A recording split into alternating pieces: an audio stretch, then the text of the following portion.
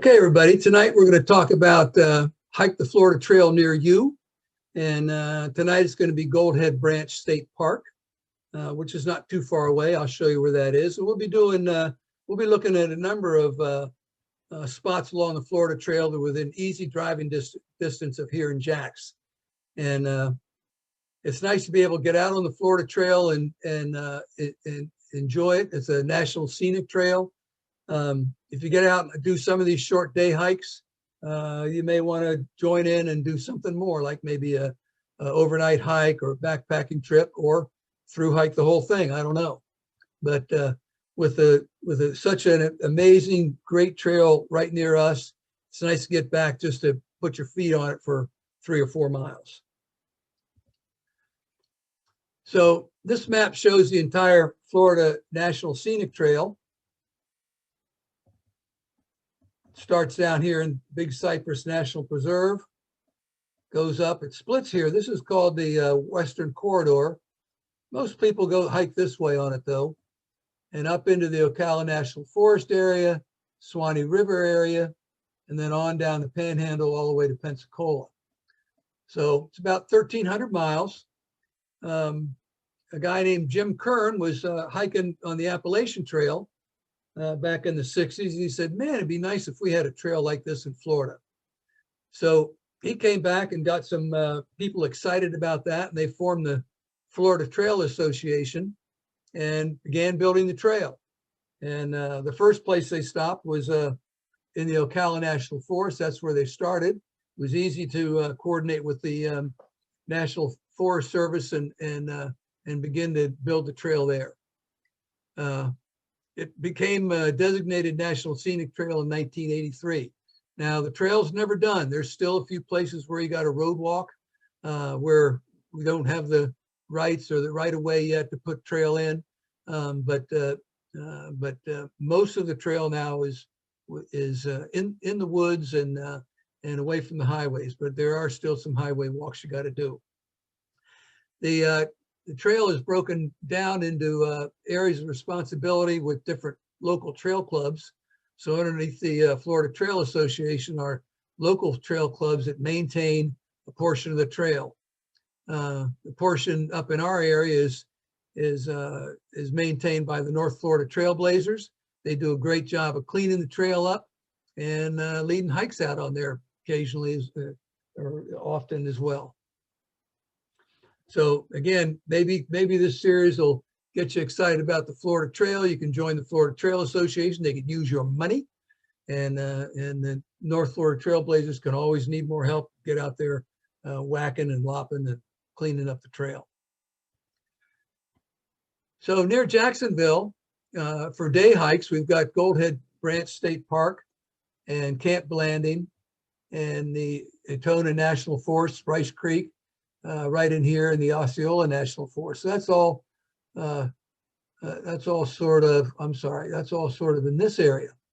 There's also probably 2 of the most popular and best parts of the whole Florida Trail are the Ocala National Forest, which is right south of us, or along the Swanee River, which is a beautiful trail that goes along Swanee. We in the Sierra Club do some day hikes down in the Ocala National Forest on the trail and on the Swanee. And we also do some backpacking trips in those areas, so they're not too far away. But we'll be looking at this orange area here that we can get to very easily in the day and hike a few miles and then come home. So let's take a look at Gold Head Branch State Park, where it is, a little bit of its history, and then we'll take a hike. So this orange circle right here shows you where Gold Head Branch State Park is. You'll see a little better on the next map how to get there.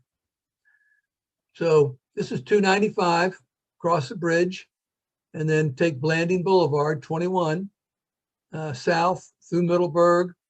Just keep on going on 21, past 16 that go, usually one way to go to UF and stuff is going down 21 toward Keystone Heights. And then down on the left, you'll see a sign for Mike Race Gold Head Branch State Park. That's pronounced Race. And so you just turn left into the park. It's about 20-ish minutes from I-295, depending on what the landing traffic is like. And so add that 20 minutes to whatever it is from your house, and you get an idea about how long it takes to get there. Not too bad. There is an entrance fee. I think it's $4 per individual in a car, and then $5 per carload or something like that. So it's not too bad, but it's a state park, so it's got an entrance fee.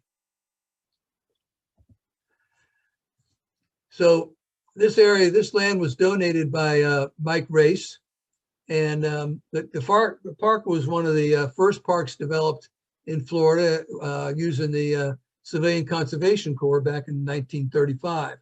So the CCC was formed by Roosevelt to put young people to work, get them an education, get a little money sent home. So they had to send, I think, 80% of whatever they earned back home, and they could keep the rest. There are also regular schools, teach them reading and writing and that sort of stuff. And the CCC did wonderful work all over the United States. You find a lot of work on the Appalachian Trail. You find it on the Florida Trail. You find it in a lot of parks. Park was completed and dedicated in 1939. Now, unfortunately, we need to look at we need to be real about the history of our park system.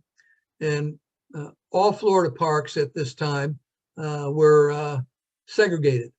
And so African-American citizens were not allowed in Goldhead Branch State Park.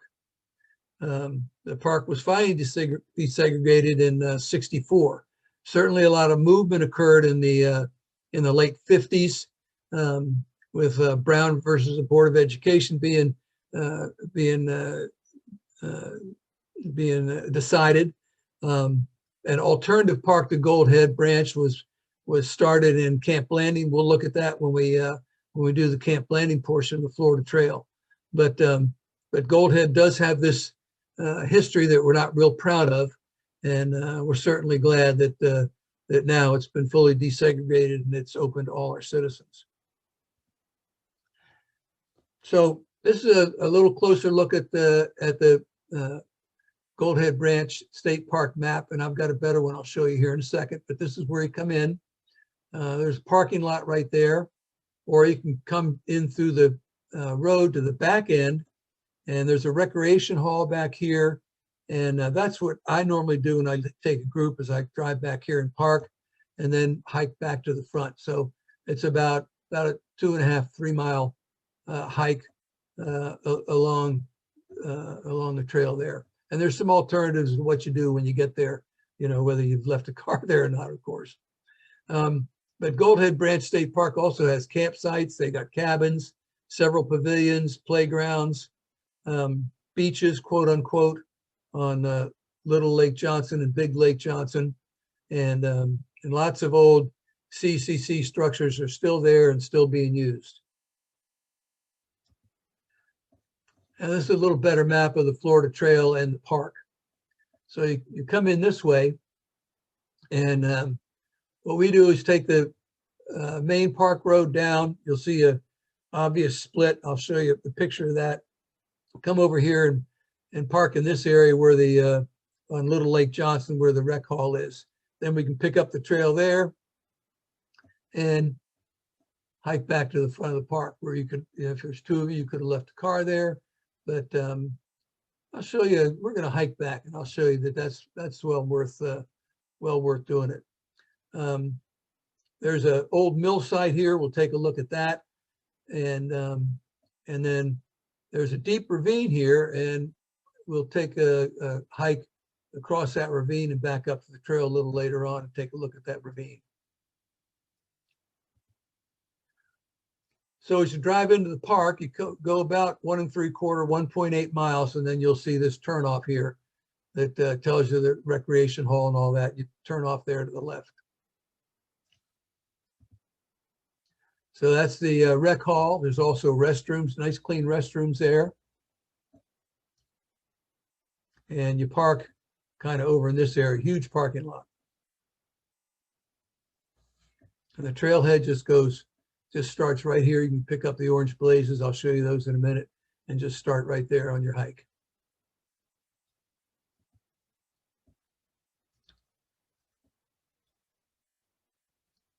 So for the Florida Trail, you follow the orange blazes that are on trees. And those orange rectangles will always show you where the trail is. I'll show you how they're marked if you're coming up to a turn or something like that. But normally, most anywhere on the trail where you're standing and looking at a blaze, you can look down far enough and pick up the next blaze. So you can normally hike pretty safely on the Florida Trail without getting lost. So let's get started. This is Little Lake Johnson over on our right, and we're still going by a few pavilions. Now we're kind of away from the rec hall and coming into the woods. Now, if you see blazes like this offset, that means there's a turn and a turn to the right. So normally that's only put it like at intersections or something like that. But sometimes that'll just tell you, for instance, there's a trail, obviously it goes off here to the left, you stay to the right. Let's take a hike. So this area is pretty kind of a hardwood and pine forest. And we go about 1 mile and we come to an intersection here right at the mill site. So the mill site is down to the left. I'll show you that in a minute. And the Florida Trail continues on up to the right. But we're going to take a look at this mill site for a second. So this is the bridge that goes across the creek.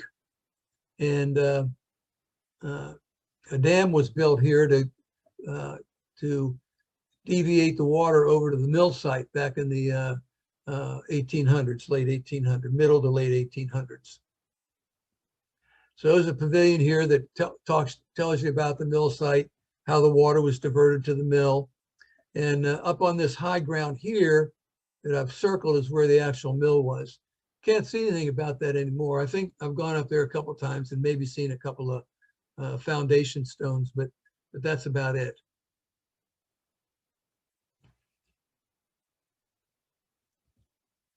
The mill was abandoned in the mid 1800s, and but a Baptist church nearby burned down, and they used the old mill site as their Baptist church for quite a few years. Excuse me, folks walking 10, 12 miles to get here on a Sunday. Some people had to walk so far that they would spend the night locally here with somebody before they went back. And the old mill had a lot of large holes in the floor, and they said the kids would entertain themselves through the long church service by looking through the holes and looking at the fish below in the water. Okay, we're going to head back up on the trail now. And now the ravine is on our left. You can kind of look down and see that. And we're heading off to the right. Then we come to this sign where a local park trail goes to the left, and you can see the orange blaze and the offset blazes here on the post go to the right. So we're going to go to the right, and we're going to, just by going to the right and moving away from the ravine, we'll walk into an entirely different habitat. You see now we're kind of open pine flatwoods area, really pretty. Not many places where you can hike in Florida where you have an open woods like this. It's really nice. And then we come to Deer Lake. This is an ancient sinkhole, almost perfectly round, and a beautiful, beautiful spot to stop. And you saw in the previous pictures some benches there and some places where you can sit down. And so we're at about 2.2 miles now from where we started. And we continue on following the blazes. And eventually we come back to the front of the park. So if you were parked here, you're done at the end of 3.1 miles. If you weren't parked here, then you got to get yourself back. So from the park, front of the park, you can drive back if you left the car, to pick up the other car. More fun is to hike back through the ravine, I think. So what I always do when I lead groups is we take about a mile walk on the road, which isn't too bad. And then we come to the ravine. There's a ravine overlook we can look down in. And then you'll see some old steps built by the CCC. And we can go down into the ravine and walk on a beautiful boardwalk which they've just, I think, they've just completed rebuild on that. They were building it a while back, and they told me they thought they'd be done by Thanksgiving time. So we'll take a look at that. So you can climb down into the ravine, walk across, come up the other side of the ravine, meet the Florida Trail again, right about where we turned right, went into the Pine Flatwoods, and then you can just take the trail back to your picnic area. So that's a total walk of 5.5, 6 miles.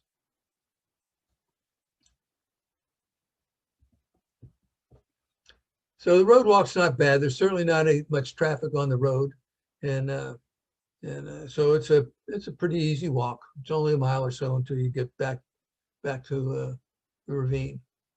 So this is the ravine overlook, and you can look down some 60 feet, and this ravine has just been slowly deepened by erosion and seepage slopes. Been going on for a long time. And you hike right past this, and you come to these stairs and platforms here built by the CCC, and you can hike down, you can walk down into the ravine. This is part of the new boardwalk that they've built. And they replaced just all the boardwalk that used to be down there. So you can go to the left, and it just brings you to this, after 100 feet or so, brings you down to this platform where you can overlook the ravine. There's some real old pilings in here from an old bridge, probably that went across the ravine a long time ago. But you get a nice look at the ravine from there. If you turn right, then you take the new boardwalk down here across the ravine. Then you got a little upslope. You got to climb back up out of the ravine, get back to the Florida Trail, and then just hike back to the parking lot.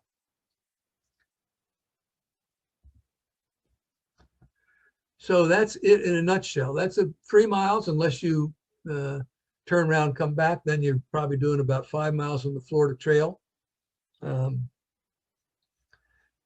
I really like this. I really like this area because of the different habitats you see. I like the history there, the mill site, and I love it when you get up in here into the open pinewood forest and hike along there.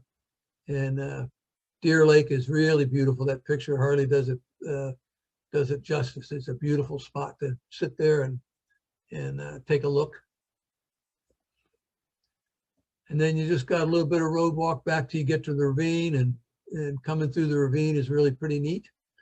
And then you can just backtrack your way on the Florida Trail back to the recreation area at Little Lake Johnson.